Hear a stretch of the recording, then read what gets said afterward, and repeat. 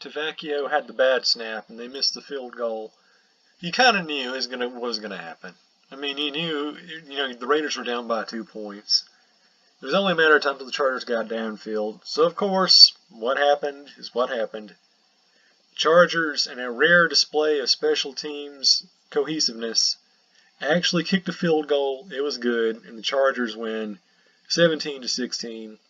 Another demoralizing loss for the Raiders. That makes it 4 losses in a row after a really good start at 2-0.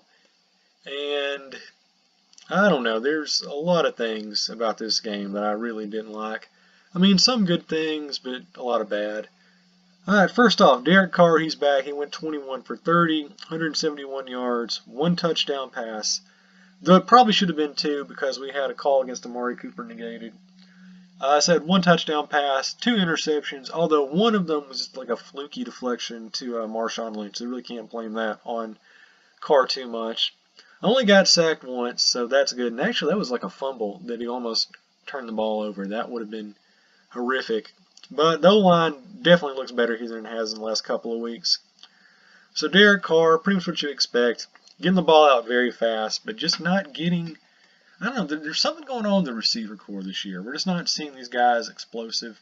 I mean, I did like the fact that Amari Cooper was targeted more frequently, and he's catching more balls, but for whatever reason, and you heard the announcer say this during the game, the Raiders are just lacking that explosiveness that they had last year. They just can't get the ball rolling. They can't have those huge, vertical field passes. Just not happening this year. And that's one of the reasons why the team is currently 2-4 right now and last in the AFC West. So yeah, looking at the receivers real quick. Michael Crabtree got that 1 touchdown, 52 yards on 6 receptions.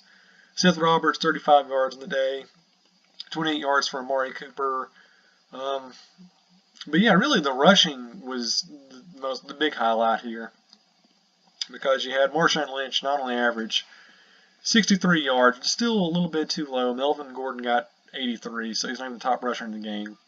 Looked a little bit more consistent. He had some runs of 10 plus, so that's good. But really, I mean, the big one was Cordell Patterson getting that 55-yard touchdown run. It was the fourth quarter or third quarter. I think it was the fourth quarter.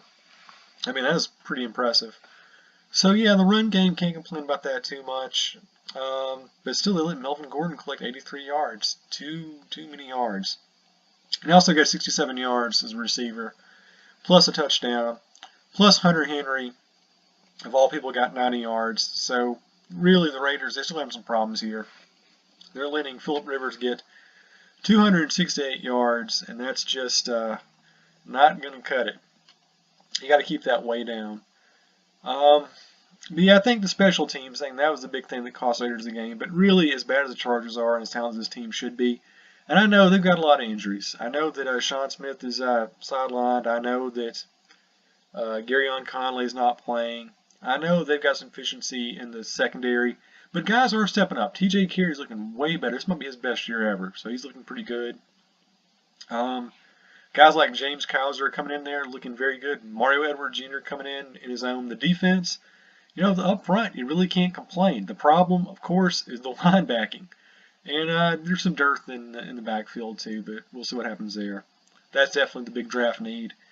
But, Bruce Irvin finished doing it himself. Markel Lee's injured. Just announced on Monday, when I'm doing the video, that Navarro Bowman has been signed to the Raiders for a 1-year deal. So hopefully that can bolster the line a little bit. He might be playing against the Chiefs on Thursday night, so that would be much needed. But the problems here, I don't know, maybe it's just the play selection. Because I know we got the new offensive coordinator coming in here, and don't want to say that's been the issue, but guys, that's kind of been the issue. We're not seeing those dynamic, explosive plays anymore. We're not seeing this whole run-to-pass thing not working. I mean, Marshawn Lynch is good. He's getting extra yardage, but still, that's not the way this team's going to win games. We didn't win that way last year.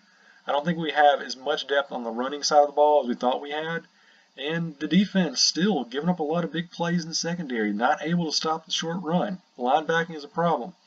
So it's a team that's got a lot of things to work out. And of course, the big next step, Thursday night, they're doing a homestand. Kansas City 5-1 coming in. And this one, I hate to say it, but this is kind of like a make or break game. If the Raiders don't win this game, forget it. The season's done. Just pull the plug on it. we're not even going to finish 500. Playoffs, not happening. So for that one, and looking forward, I think it's a game the Raiders can win, but they're going to have to change a lot of things, beginning with the offensive play calling. We'll see what happens to the linebacking. Stopping the run is going to be an imperative. And the thing I'm worried about is I'm afraid that they might actually use some of the running backs as receivers and kind of catch the Raiders off guard.